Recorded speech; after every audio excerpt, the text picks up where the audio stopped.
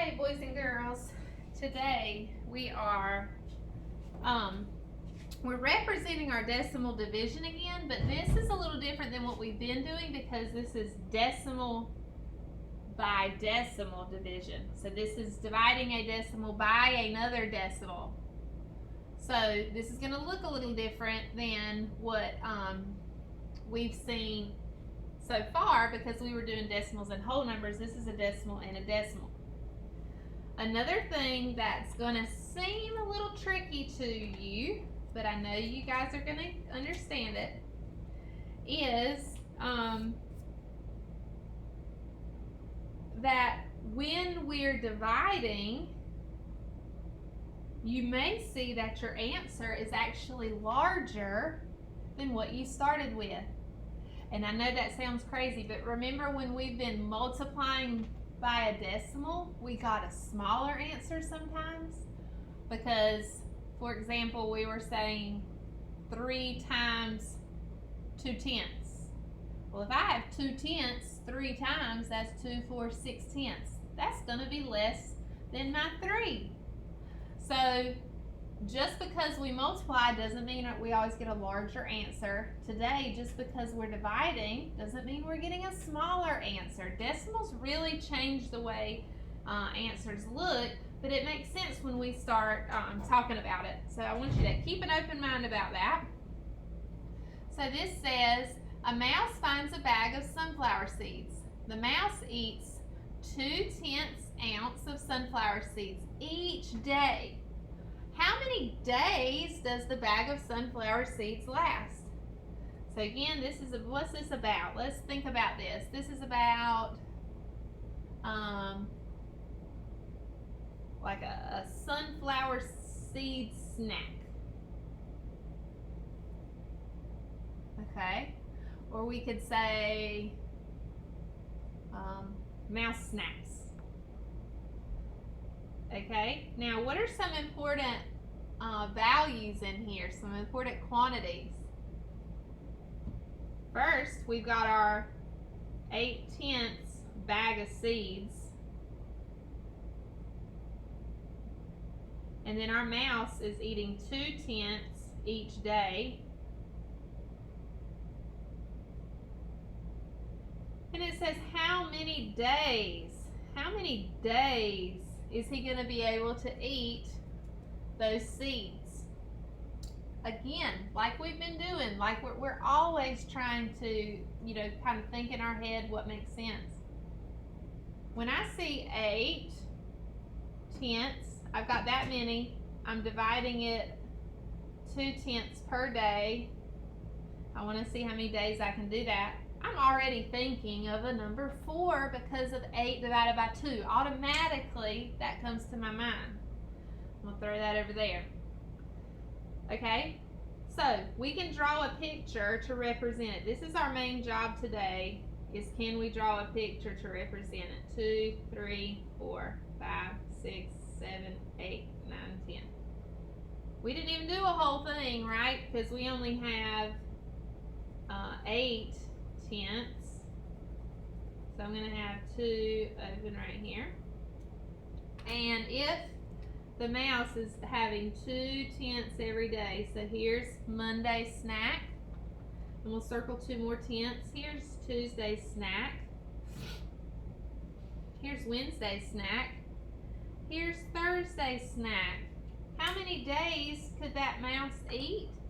That mouse ate for 4 days.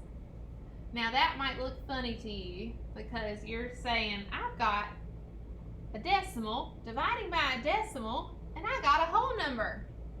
But doesn't that seem to make sense? All that's meaning is you had those 8/10 and you're saying how many groups of 2/10 do I have? I have 1, 2, 3, 4 groups. 8/10 divided into 2/10 is going to give me 4 groups. We can check that by multiplying. 4, let's see, I'll put my 2/10 on top. 2/10 times 4, I'm going to get 8/10. It does check out right, because if I have 2, 4, 6, 8. So keep in mind that just because we're dividing does not mean we have to get smaller. Okay, let's turn the page and try another one. It says a scientist has a container of ocean water. She pours 6/10 liter of water into several jars. How many jars does the scientist need? So I can see over here in my picture that she's got 1 8/10 liters of water. And she's pouring 6/10 liter into jars. But I want to know how many jars. Another indicator that this is going to be a whole number is what it's asking. Just like what it was asking on that last problem, it said how many days. You're going to have whole days. How many jars? You're going to have whole jars. So my problem is saying I've got 1 8/10 ocean water. I'm dividing it into 6/10 smaller jars. How many jars am I going to have? Again, I hope you're looking and saying, wait, 18 and 6, you should have that answer. I know, that's 3. Now let's check it out. If we were to see this in a drawing, like we've said before, this might not be the strategy that you would automatically use. 4, 5, 6, 7, 8, 9, 10. But it's important for us to recognize how it looks. 5, 6, 7, 8, 9, 10. All right. So I'm going to use this one. I've got 1 whole liter of ocean water, and I have 8/10. Okay. So I already knew in my mind that 3, but I'm going to take my 6/10. 1, 2, 3, 4, 5, 6. All right, this is going in a jar. There's 1 jar. Here's 4. 5, 6. This is going in a jar. Then 1, 2, 3, 4, 5, 6 is what I have left. That's my 3rd jar. Let's multiply to check. 6/10 times 3.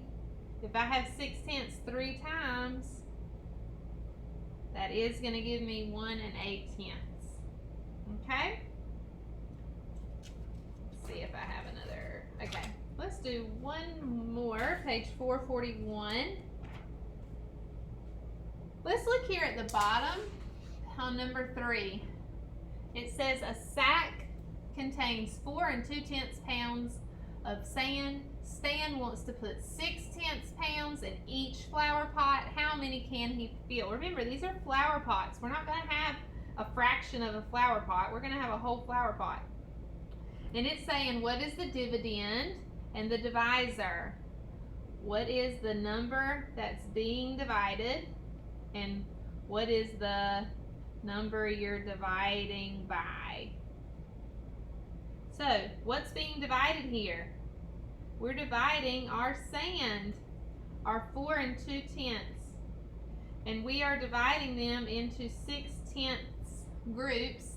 How many of those are we going to get? What is 42 divided by 6? 42 divided by 6 is 7. I'm going to be able to fill 7 flower pots, because I know 7 times 6 is 42. If I count by 6s, I'm going to have that 7 times to get to that 42. You see how this decimal by decimal, we're just able to use what we know about those if they were whole numbers to help us answer it. Number 3, Candace needs 8/10 pints of milk to make a batch of butter. How many batches can she make with 2 4/10 pints? What's being divided here? Your 2 4/10 is being divided by 8/10 because that's each batch. You're looking at 24 and 8. You should know that she can make 3 batches. And always come over here and check if you want to.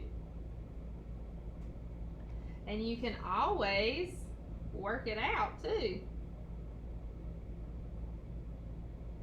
And here, let me show you that one up here. We're going to keep working on this next week. But when we are dividing and we've got our numbers like this, remember when we were dividing by a decimal and a whole number, we just moved our decimal straight up. Okay, when we have two decimals, we've got to make sure that our number, our divisor, we move that decimal to the end. So we only had to move it once, and we do the same thing over here when we do that, which would move my decimal there. Then 8 goes into 24 3 times, because 3 times 8 is 24. And see where my decimal's here on the outside? That helps me know it's the whole number 3. Okay, a bird hops 72 hundredths meter. If each hop is 9 hundredths, how many hops does the bird take? So the thing that's being divided is this big hop, and the divisor is each little hop. And I know if I have the numbers 72 and 9, I know my answer is going to be 8, because I know my nines. And again, we can show that up here. We had 72 hundredths divided by 9 hundredths. If there's a decimal inside and outside, this one tells you what to do. It had to jump 2 times to get to the end. This one needs to jump 2 times, then bring it straight up from where it goes. And 9 goes into 72 8 times, because 8 times 9 is 72. And we'll talk more about that next week. Today your job is mostly, can you represent it with a picture?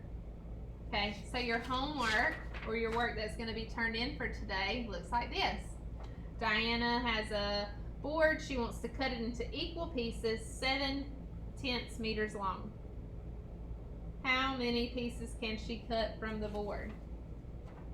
And it looks like I might have forgotten to put something on there, doesn't it?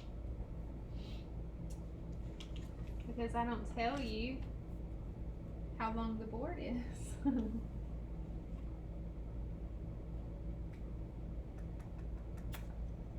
So the board is 2 1/10 meters. I am very sorry about that.